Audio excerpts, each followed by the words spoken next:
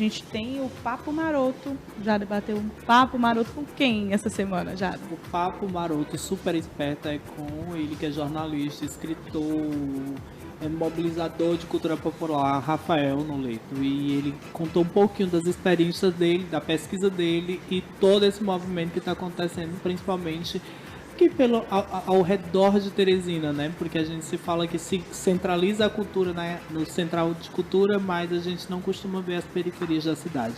Então dá uma conferidinha aí nesse Papo Maroto que foi super gostoso. Galera, o Rafael Noleto, nosso entrevistado do Papo Maroto, já está aqui na recepção e a gente vai levar ele lá pra dentro. Tudo bom, Rafael? Tudo bem? Gente, esse é o Rafael. A gente vai bater papo agora no Papo Maroto, então fique ligado. Vamos começar o Papo Maroto de hoje. Ele que é jornalista, que é pagão, que é pesquisador, escritor e muito mais. Então, está começando o Papo Maroto de hoje.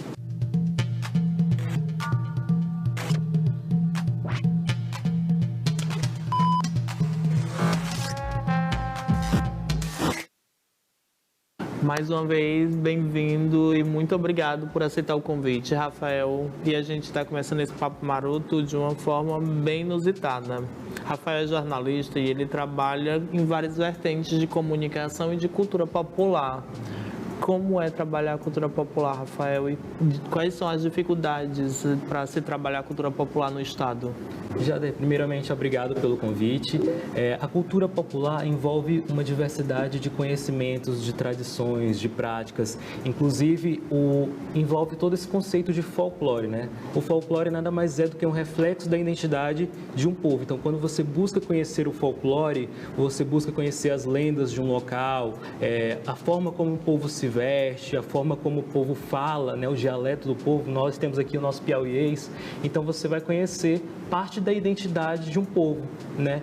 Então, por exemplo, a gente tem na comunicação a folk comunicação, que é o estudo da linguagem utilizada pelo povo, né? Através de ex-votos. Quando os ex-votos são aquelas promessas que o povo paga, né? Por exemplo, o finado Gregório, ali a gente vê as margens da Avenida Marechal Castelo Branco, tem vários ex-votos, que são as garrafas com água colocadas para ele, né? Então aquilo ali é uma memória cristalizada, é um símbolo, significado de relacionamento com aquela entidade específica, né? E as nossas práticas em folclore e comunicação popular, elas estão o tempo todo sendo permeadas por outros discursos, né? Eu vi que nos bastidores a gente estava falando sobre os livros que o Rafael já lançou. Esse já é o quinto, que ele está aqui na mão. Tem como mostrar para a galera? Olha, esse é o livro, Mitologia Pagã, porque ele fala muito sobre as nossas tradições e os nossos costumes enquanto piauienses. Conta um pouquinho pra gente como foi esse desafio também de se construir esses livros, porque assim, fala muito dos nossos costumes, da nossa cultura, mas talvez não seja tão comum ao ouvido de muita gente.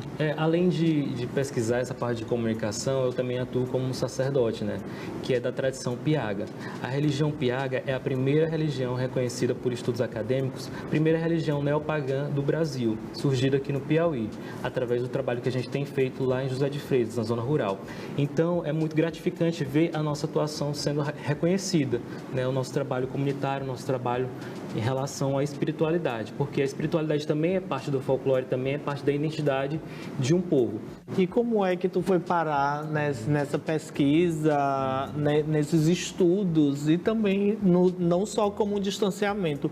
Uma vez eu falando com um ex-professor meu, o Pedro Júnior, e ele comentou, chega um nível do folclore e da cultura popular que não tem como mais distanciar, porque é a própria alma do povo.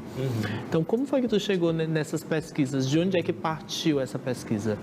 Eu sempre fui assim apaixonado pelo Piauí, pela cultura daqui e sempre senti falta de alguns materiais que dessem mais embasamento para a gente. Então, eu fui atrás de fontes orais, né, conversar com as pessoas, com os moradores das regiões, com as pessoas que cultuavam as almas benditas, né, o caso do finado Gregório, da finada Alice em Uruçuí. Então, eu percorri várias regiões do Piauí para coletar esses depoimentos. A gente dizima conhecimento, a gente dizima uma identidade do povo, a gente apaga o povo.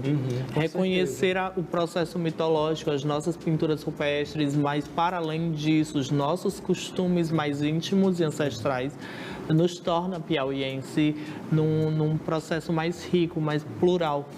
E eu fiquei me perguntando assim, tem uma coisa que a gente costuma brincar aqui no Papo Maroto, que é qual a pergunta que você faria para mim sobre? O que você gostaria de saber de mim? Para tirar a zona de conforto de quem só está sendo entrevistado e também possa ter a opção de entrevistar. Qual é a sua curiosidade? Eu queria lhe perguntar para você qual é a sua visão dessa piauiensidade, né? O que é essa identidade piauiense? Queria perguntar isso. Eu acho um emaranhado muito complexo, porque eu também trabalho e pesquiso memória afetiva. E eu tenho uma relação muito estranha com as lendas piauienses, porque eu acho que elas foram contadas de uma ótica muito perversa. E eu acho que essas histórias merecem ser recontadas. Aí vem a minha hora enquanto jornalista, enquanto artista plástico, para recontar. Mas eu acho de uma natureza muito criativa e muito densa. Acho que também não é tão simples. Não é só uma mulher que se estica para acender um cigarro. É uma mulher que talvez esteja à frente do seu tempo. Inclusive, existem relatos, a gente pode ampliar esse debate, não precisa acabar aqui. É só procurar o Rafael ou procurar as redes sociais da TV Assembleia também, que a gente pode ampliar, inclusive coletar mais dados para as pesquisas do Rafael. Inclusive, esse dado que você falou é muito interessante, da questão da ressignificação. A cultura, o folclore, o conhecimento, ele não está morto. Enquanto você não morre, você está se transformando e evoluindo. Então, não é obrigado a gente ficar preso a algumas coisas, a gente tem que também enxergar além, né? O significado, os mitos, eles possibilitam isso, que você interprete e analise. É uma questão interessante do mito do Cabeça de Cuia. A gente também tem essa visão de que foi um mito bastante deturpado. Inclusive, ao longo da margem do rio Puti, você encontra várias gravuras itacoatiaras que elas fazem referência ao culto das águas, né? Naquela região do cânion do rio Puti tem uma concentração muito grande de pinturas. Então, tem algumas figuras lá que são desenhadas com a cabeça maior.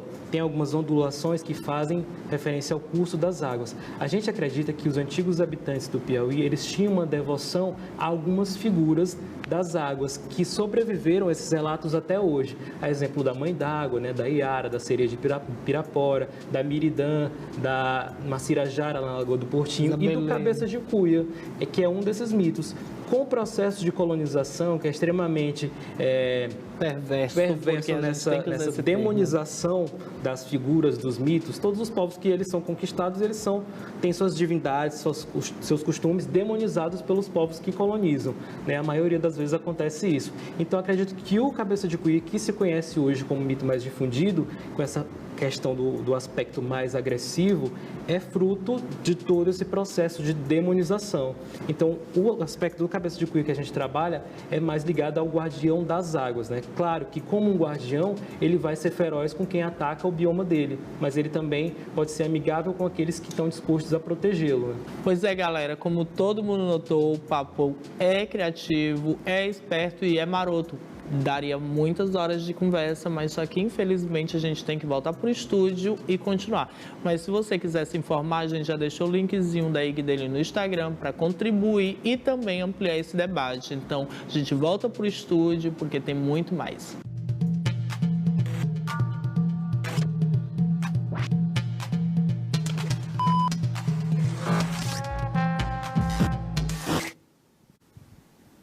Aí ele também relatou muitas das nossas lendas, né? E um olhar diferenciado, né?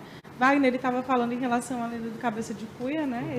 Esse olhar diferente de quando fomos colonizados, ter essa visão do Cabeça de Cuia demonializada, né? Como ele falou. Gente, eu nunca tinha pensado por essa vertente, esse lado.